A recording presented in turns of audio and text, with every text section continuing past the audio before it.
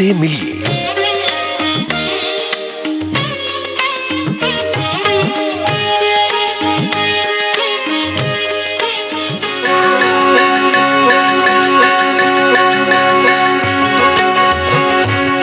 इनसे मिलिए, इस कार्यक्रम में लीजिए सुनिए जाने माने टीवी सीरियल की पटकथा लेखक, अभिनेत्री और निर्माता रेखा बब्बल से ममता सिंह की बातचीत।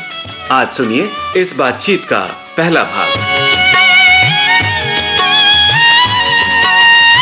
दोस्तों नमस्कार, मैं हूं आपकी रेडियो सखी ममता सिंह। आज विविध भारती के स्टूडियो में हमने आमंत्रित किया है राइटर और प्रोड्यूसर रेखा बब्बल जी को। रेखा जी, विविध भारती के स्टूडियो में हम आपका बहुत बहुत स्वागत कर रहे हैं। नमस्कार। नमस्कार नमस्कार, बहुत शुक्रिया। कैसा लग रहा है आपको स्टूडियो में आकर? बहुत अच्छा लग रहा है ममता। हम बचपन से विविध भारती सुनते आ रहे हैं और मुझे तो याद है जब हम बहुत छोटे हुआ करते थे, शायद विविध भारती पे ही आता था। काका हाथरसी का एक वो आता था, मुगली गुट्टी 555, और उसने वर्ल्ड रिकॉर्ड बनाया था। तो मेरा रिश्ता तो विविध भारती से बहुत पुराना है। जी। और आज यहाँ आके लग रहा है घर लौटने जैसा, जैसे मुझे घर में बुलाया गया। जी बिल्कुल। तो ये विविध भारती से आपका इतना पुराना नाता रहा है और काका हाथरसी की कुछ रिकॉर्डिंग्स भी हमारे पास मौजूद है हमारे संग्रहालय में। बहुत बड़ा संग्रहालय है यहाँ पर विविध भारती का। तो हमें आप अपनी कहानी बताइए। बिहार की रहने वाली हैं जी। बिहार की सरजमी से मुंबई की सरजमी तक की क्या यात्रा रही, कैसा सफर रहा, कैसे आई आप? बिहार में ही रहते थे हम, और बिहार में भी बिहार के गांव में रहते थे। वहीं मैं पैदा हुई, 7वीं कक्षा तक वहीं पढ़ी। कौन सा गांव था? रामनगर, मुजफ्फरपुर जिला आपने सुना होगा, उसका रामनगर गांव था। और 7वीं कक्षा तक मैं वहीं पढ़ी। और गांव की 7वीं कक्षा की लड़की बहुत बड़ी हो जाती है, 12 साल की लड़की, क्योंकि 14 साल 15 साल में वहाँ शादियां भी हो जाती है। लेकिन मैं लकी रही कि उसके बाद मैं मतलब मुजफ्फरपुर आई। मेरे पिताजी पॉलिटिक्स में भी थे, तो एमएलए वगैरह थे। पटना में उनका वो था, तो उन्होंने बुलाया कि भाई आ जाओ तुम लोग। हम पटना भी गए, फिर मुजफ्फरपुर आए। और 7वीं के बाद गांव में स्कूल नहीं था, बहुत दूर था, जहां लड़कियों को भेजना उस जमाने में मतलब सुरक्षित नहीं माना जाता था। तो मुजफ्फरपुर में मैं आई, वहां मैंने 9th 10th किया। और उसके बाद पिताजी दिल्ली यूनिवर्सिटी में प्रोफेसर थे, वहां पढ़ाते थे। हम सीधे दिल्ली आ गए जी। और दिल्ली यूनिवर्सिटी 11th 12th से लेके और पूरी जो पढ़ाई लिखाई हमारी हुई वो दिल्ली यूनिवर्सिटी में हुई। जी। तो कविताओं का शौक कहाँ से लगा? वहीं से लगा था? कविताओं का शौक तो 10वीं क्लास में लग गया था। उसके बाद दिल्ली आई और दिल्ली में मंचों पे पढ़ना शुरू किया। मुझे ठीक से आज याद भी नहीं है कि कहाँ से सफर शुरू हुआ था मंचों पे। कॉलेज में मैं पढ़ती थी, त्रिवेणी सभागार में एक कविता प्रतियोगिता थी या कुछ थी। कविता प्रतियोगिताओं में मैं बहुत जाती थी, कॉलेज में, स्कूल में, इसमें उसमें बहुत जाती थी। और मैं हमेशा जीत कर आती थी। अच्छा। हाँ, हमेशा जीत कर आती थी। और डिक्लामेशन में, डिबेट में बहुत मजा आता था मुझे। जब ट्रॉफी मुझे मिलती थी, तो जब रनिंग ट्रॉफी हुआ करती थी, आपको याद होगा कि हर साल जो जीतेगा उसको मिलेगा ये रनिंग ट्रॉफी। और एक जगह मैंने 3 बार जीती थी वो ट्रॉफी। तो मुझे सब टॉन्ट मारते थे कि तुम देती ही क्यों हो, अपने घर में ही रख लो वापस। तो वो सब होता था। तो वहां से कविताओं का सिलसिला शुरू हुआ और एक मंच पे मैंने पढ़ा तो बड़ा आनंद आया, मतलब बहुत पसंद किया श्रोताओं ने। तो मुझे लगा कि हाँ यार, किया जा सकता है। फिर उसके बाद सफर शुरू हो गया कविताओं का। तो काफी जगहों पे बाहर भी जाती थी मैं, दिल्ली में पढ़ती थी, पैसे भी मिलते थे तो और भी आनंद आता था। और उस उम्र में कुछ भी पैसे मिले थोड़े बहुत भी तो बहुत बड़ी उपलब्धि होती थी। तो कोई कविता याद है क्या जो हमारे श्रोता भी सुनना चाहेंगे? मंच पर जो कविता पढ़ती हैं या पढ़ती थी, आज भी आप मंच पर जाती हैं तो बाकायदा दर्शकों की तालियां आप लूटती हैं, दर्शकों की तालियां मिलती है, वाहवाही मिलती है, ये आपका हुनर है। एक कविता सुनाइए। तालियां वाहवाही नहीं, दर्शकों का प्रेम मिलता है मुझे बहुत। जी बिल्कुल। मैं छोटी सी 4 लाइनें सुनाती हूँ, क्योंकि आज बातें बहुत करनी है आपसे। बिल्कुल। जी बिल्कुल। तो 4 लाइनें सुनाती हूँ कि दर्द देकर रुलाता भी है, दर्द देकर रुलाता भी है, दर्द देकर रुलाता भी है, फिर गुदगुदी करके हंसाता भी है। क्या बात है! कमाल का जादूगर है, हर बार यकीन दिला जाता है कि ये आखिरी दर्द था। क्या बात है! हर बार यकीन दिला जाता है कि ये आखिरी दर्द था। वाह। और मैं आपके जो श्रोता सुन रहे हैं मुझे, उनके लिए कहना चाहती हूँ 4 पंक्तियां कि हंसें, मुस्कुराएं, खिलखिलाएं हमेशा, दुआ है जो चाहें वो पाएं हमेशा, खुशियों का मौसम है ये वादा कर लें, मोहब्बत का रिश्ता निभाएं हमेशा। क्या बात है, वाह वाह वाह, मोहब्बत का रिश्ता निभाए हमेशा, वाह। मोहब्बत ही है जो कुछ है ममता। जी बिल्कुल बिल्कुल। और मोहब्बत से बहुत कुछ हासिल भी होता है। बिल्कुल। और आपकी मोहब्बत की कहानी हम आगे छेड़ेंगे, फिलहाल आपकी सीरियल्स में जो रिश्ते होते हैं उसकी कहानी हम छेड़ते हैं। आपने बहुत सारे सीरियल्स का निर्माण किया है, लिखे हैं धारावाहिक, तो वहां चलते हैं। तो कहाँ से ये सिलसिला शुरू हुआ धारावाहिक लिखने का? वेब सीरीज लिखा और दूरदर्शन के लिए कुछ धारावाहिक लिखे, तो उसकी कहानी बताइए हमारे श्रोताओं को। मुझे नहीं लगता था कि मैं लिख पाऊंगी धारावाहिक के लिए। मेरे हस्बैंड बहुत पुराने समय से, अरविंद बब्बल उनका नाम है, वो अब तो प्रोड्यूसर भी है लेकिन तब डायरेक्टर ही हुआ करते थे। और वो वैसे डायरेक्टर हैं जो लेखन में, उसमें सब में उनको परफेक्शन चाहिए। तो कोई ऐसा डायलॉग होता था जो उनको नहीं जमता था तो वो मुझे कहते थे कि इसको ठीक कर दीजिए आप। मैं ठीक करती थी, जो उनको बहुत अच्छा लगता था। और मुझे हमेशा वो कहते थे कि तुम डायलॉग लिखो, तुम बहुत अच्छे डायलॉग लिख सकती हो। तो मुझे लगता था कैसे लिखूंगी, कहाँ से शुरू होगा, कहाँ अंत होगा, कहाँ चढ़ेगा, कहाँ उतरेगा, क्योंकि सबका अपना गणित होता है। मुझे भरोसा नहीं था कि मैं लिख पाऊंगी। लेकिन वो बार बार बोलते थे। एक बार मैंने हम लड़कियां वो कर रहे थे, उसकी एक स्क्रिप्ट चुपके से ली, स्क्रीन प्ले, और मैंने पूरा लिख डाला और रात को उनको दिया और उनको बहुत अच्छा लगा। तो मेरा जो है कॉन्फिडेंस बढ़ा कि भाई अब मैं लिख सकती हूँ। उसके बाद मेरी एक दोस्त है प्रिया मिश्रा, वो उसने मुझे भेजा। मैं बेटियां कर रही थी उन दिनों, तभी मितवा स्टार प्लस का एक सीरियल था जो अरविंद जी डायरेक्ट कर रहे थे।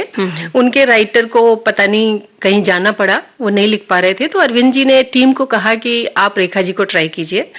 और टीम से मुझे फोन आया और वहां से मुझे सीन आया कि ये लिख के आप भेजिए। मैंने उनको लिख के भेजा। 1 सीन आया, 2 सीन आया, 3 सीन आया, 10 सीन आ गए। तो रितु गोयल थी वहां पे, एक हमारी दोस्त है बहुत प्यारी, और मेरे इस सफर में उनका बहुत योगदान रहा है। 2 लोग का मैं हमेशा नाम लेती हूँ, एक रितु गोयल और एक प्रिया मिश्रा। तो रितु गोयल को मैंने फोन किया और मैंने उनसे कहा कि आप कितनी परीक्षा लेंगी मेरी, 10 मतलब 10 सीन लिखवा के देख रही हैं? तो उन्होंने कहा कि ये हम नहीं ले रहे हैं, ये आपके पतिदेव परीक्षा ले रहे हैं कि हर कैरेक्टर का सीन लिखवा के देखो। ओहो, हाँ, अच्छा, क्या बात है। वो सही भी थे अपनी जगह कि किसी को ये ना लगे कि भाई अपनी पत्नी को प्रमोट कर रहा है। हाँ, तो पर्दे के पीछे से उन्होंने, पर्दे के पीछे से। और मितवा मैंने लिखना शुरू किया और फिर ये सफर आज तक नहीं थमा। तो क्यों रिश्तों में कट्टी बट्टी, क्या है ये? रिश्तों के इर्द गिर्द बना हुआ धारावाहिक है क्या? इसके बारे में बताइए। और क्यों रिश्तों में कट्टी बट्टी की एक खास बात ये थी कि ये हमने प्रोड्यूस भी किया जी, और इसके लेखन के इर्द गिर्द मैं थी। लेकिन मैं उस वक्त जब क्यों रिश्तों में कट्टी बट्टी चल रहा था, हमारा एक शो था यशु जो चल रहा था, चर्चित हुआ, तो मैं यशु के डायलॉग्स लिख रही थी। और मैं कभी भी एक साथ 2-3 काम नहीं करती जी। मतलब मुझे सुकून से एक काम करने में आनंद आता है और मैं एक काम करती हूँ। तो मैं यशु कर रही थी, क्यों रिश्तों में कट्टी बट्टी देख रही थी ओवरऑल, लेकिन वो लिख नहीं रही थी मैं। उसके बाद जो लिखने का सफर शुरू हुआ वो मैंने राजश्री फिल्म्स के लिए पियाल वेला लिखा। और अभी हाल फिलहाल सुभाष घई पहली बार मतलब दूरदर्शन के लिए कुछ बना रहे थे जान की, तो उन्होंने बहुत सारे 15-20 राइटर्स के इंटरव्यू टाइप लिए और उन्होंने मुझे बुलाया। तो ये मेरे लिए बहुत गर्व की बात है। और मैंने जानकी के डायलॉग्स लिखे और सुभाष घई साहब से बहुत कुछ सीखा। उनके अनुभव के पिटारे में बहुत सारी चीजें थी जो हमको मिली। और लिखा तो कई कुंडली मिलन हमारा ही था, हमने प्रोड्यूस भी किया, उसके डायलॉग्स मैंने लिखे जी। मिठाई हमने प्रोड्यूस किया, उसके डायलॉग्स भी मैंने लिखे। निमकी विधायक आपने सुना होगा, वो लिखा। और ये लाडू 2 आया था, कृष्णदासी फाइनाइट शो था, अगले जन्म मोहे बिटिया ही की जो, तो डायलॉग्स बहुत सारे, अफसर बिटिया, नव्या, थोड़ी सी लंबी लिस्ट है। अगले जन्म मोहे बिटिया, अगले जन्म मोहे बिटिया ही कीजो, हाँ। ये बड़ा चर्चित हुआ था, बड़ा चर्चित हुआ था। हाँ। और मैं बताऊं कि जब ये टीवी पे मैंने देखा, मैं बिहार की मिट्टी से हूँ और ये पूरा बिहार का एकदम वहां की मिट्टी थी जहाँ की मैं थी, तो मैं देखती थी तो मुझे लगता था ये मुझे लिखना है, चाहे कुछ भी हो जाए ये मुझे लिखना है। और शांति भूषण जी बहुत बड़े राइटर हैं, वो लिख रहे थे उसको। उसके बाद के अंदर मुझे बुलाया गया अगले जन्म के लिए, और मुझे तो लगा जैसे मांगी हुई मुराद मिल गई। और मैं गई, और आप यकीन नहीं करेंगी, मैंने पैसों की भी बात नहीं की वहां।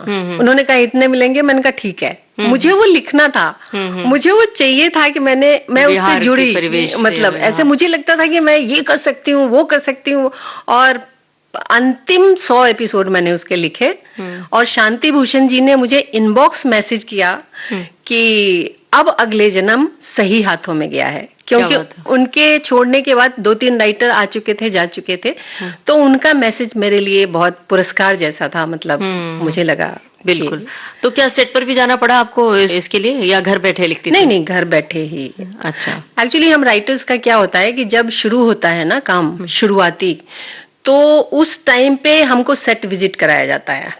जब सेट बन रहे होते हैं, सीरियल की तैयारी चल रही होती है, तब हमको सेट विजिट कराया जाता है, ताकि हमारे दिमाग में रहे कि भाई कैरेक्टर कहाँ से घुसेगा, कहाँ निकलेगा, और कितना हम एक्सप्लोर कर सकते हैं उसको। जी जी, बिल्कुल। रेखा जी, आपने जिक्र किया जानकी सीरियल का दूरदर्शन के लिए, डीडी के लिए जी। तो सुभाष घई साहब का आपने जिक्र किया। सुभाष घई जी ने कैसे आपको सिलेक्ट किया, कैसे उन्होंने आपको ये काम दिया, इसकी कहानी क्या है, बताइए। ये आप देख रही हैं कि मेरे माथे पे बहुत बड़ी बिंदी लगी हुई है। जी, देख रही हूँ, और अपने श्रोताओं को भी बता दूं कि बहुत बड़ी बिंदी लगी है और बहुत फब रही है रेखा जी इस बिंदी में, और पारंपरिक पोशाक साड़ी में।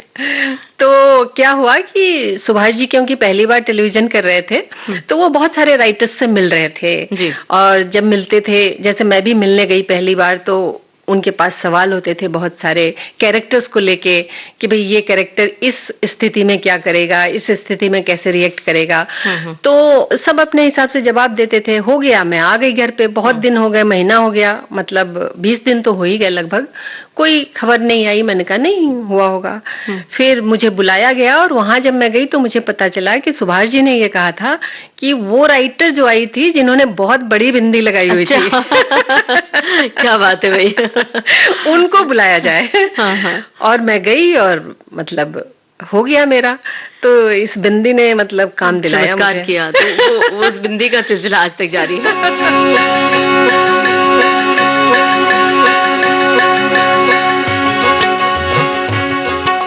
आप सुन रहे थे टीवी सीरियल्स की पटकथा लेखक, अभिनेत्री और निर्माता रेखा बब्बल से ममता सिंह की बातचीत का पहला भाग। Recording engineer Anushree Gupta. विविध भारती की ओर से इस कार्यक्रम की प्रस्तुतकर्ता अनुश्री पाठक। अब आज का इनसे मिलिए कार्यक्रम समाप्त होता है। इनसे मिलिए